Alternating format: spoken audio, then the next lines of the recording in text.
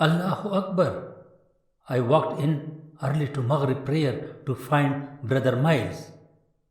He is philosopher, sitting with Joseph, who had just converted only 20 hours ago. We sit and talked until the Isha prayer. After Isha, we announced to the congregation that Joseph became Muslim. As I walk to go pray my sunnah, I meet Al-Jarendo, who said he wanted to know about Islam.